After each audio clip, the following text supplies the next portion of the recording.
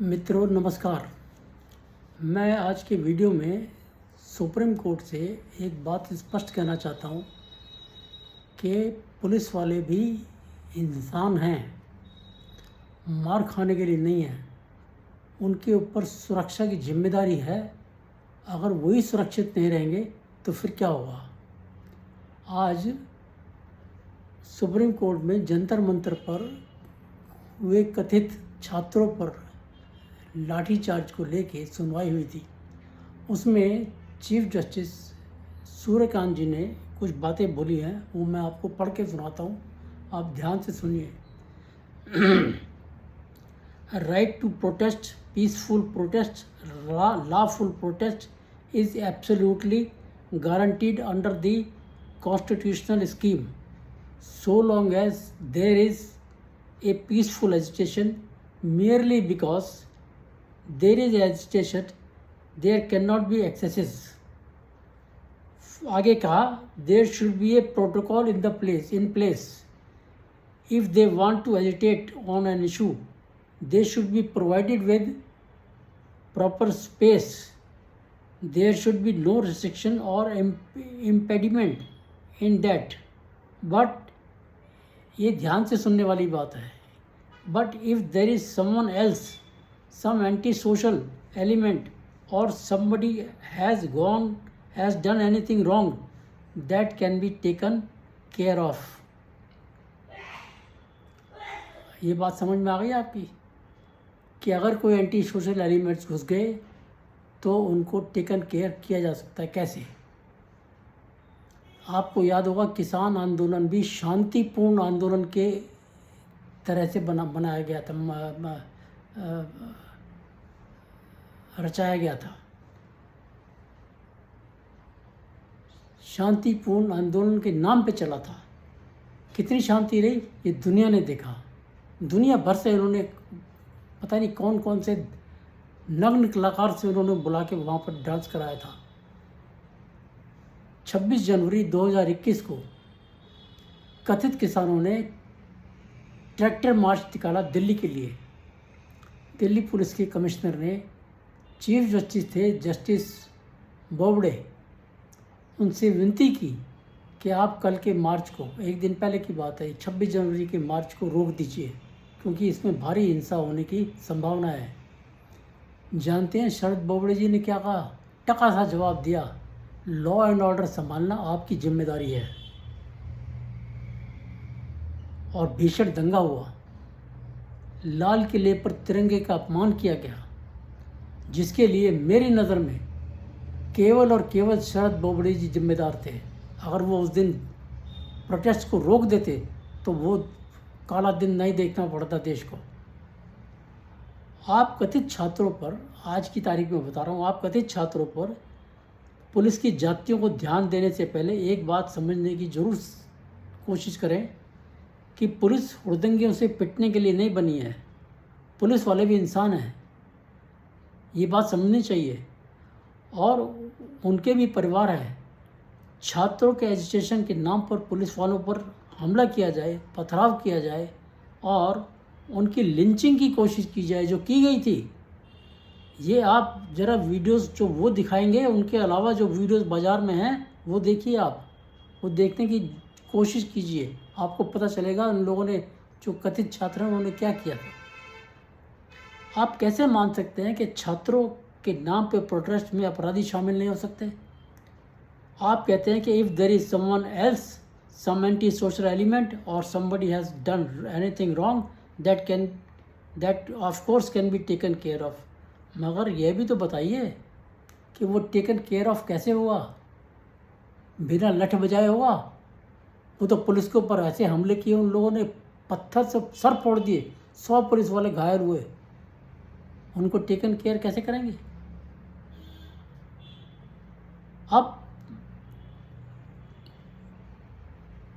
सारी प्रॉब्लम यह है कि अगर उनके ऊपर, उन कथित जो एंटी सोशल एलिमेंट्स हैं, उनके ऊपर कार्रवाई होती है तो वो भी छात्रों के नाम पे कार्रवाई, जातियों के नाम पे उनके ऊपर थोप दी जाएगी पुलिस के ऊपर कि छात्रों के साथ मिसबिहेव किया। कल भी अब सुनवाई रखी है सुप्रीम कोर्ट ने। मेरा अनुरोध है कि इस बात का डिमार्केशन होना चाहिए कि शांतिपूर्ण प्रदर्शन क्या होता है और हिंसक क्या होता है। इन कथित छात्रों ने के रूप में जो चांडाल लोग वहाँ पर गए हुए थे, उन लोगों ने देश को बांग्लादेश और नेपाल बनाने की धमकी दी। 140 करोड़ जनता के प्रतिनिधि प्रधानमंत्री नरेंद्र मोदी को भद्दी से भद्दी गालियाँ दी। मोदी साला भड़वा है, ये मैं कुछ एग्जांपल दे रहा हूँ आपको। मैं मोदी साला चोर है, मोदी की माँ को गाली दी गई। किसी ने मोदी की 13वीं की खुशी में बर्गर पार्टी दे दी। भद्दे भद्दे पोस्टर लगाए गए, मीम बनाए गए और ना जाने क्या क्या उल जलूल अर्धनग्न लड़कियों ने मोदी जी के लिए भाषा बोली। संसद भवन को उखाड़ फेंकने की धमकी दी। टीवी में खुलेआम दिखाया जा रहा उस आदमी को। आप वो छात्र हैं क्या? और उस व्यक्ति के साथ अभिजीत दीपके बैठा हुआ है। क्या मतलब है? तो शांतिपूर्ण प्रदर्शन है कहाँ? ये जो आर्टिकल 19 के अंदर बस ये मतलब एक नारा सा बन गया है कि जी शांतिपूर्ण शांतिपूर्ण शांतिपूर्ण प्रदर्शन हो सकता है। अरे प्रदर्शन शांतिपूर्ण रहेगा तब ना। ये तो रहा ही नहीं प्रदर्शन शांतिपूर्ण। ये सब कुछ जो मैं आपको बताई है, ये सब कुछ अभिव्यक्ति की आज़ादी के नाम पे इसको बर्दाश्त नहीं किया जा सकता। ऐसी बातों के चलते प्रदर्शन को शांतिपूर्ण नहीं कहा जा सकता। ऐसी बातें प्रदर्शन को अलग तरीके से हिंसक रूप देते हैं।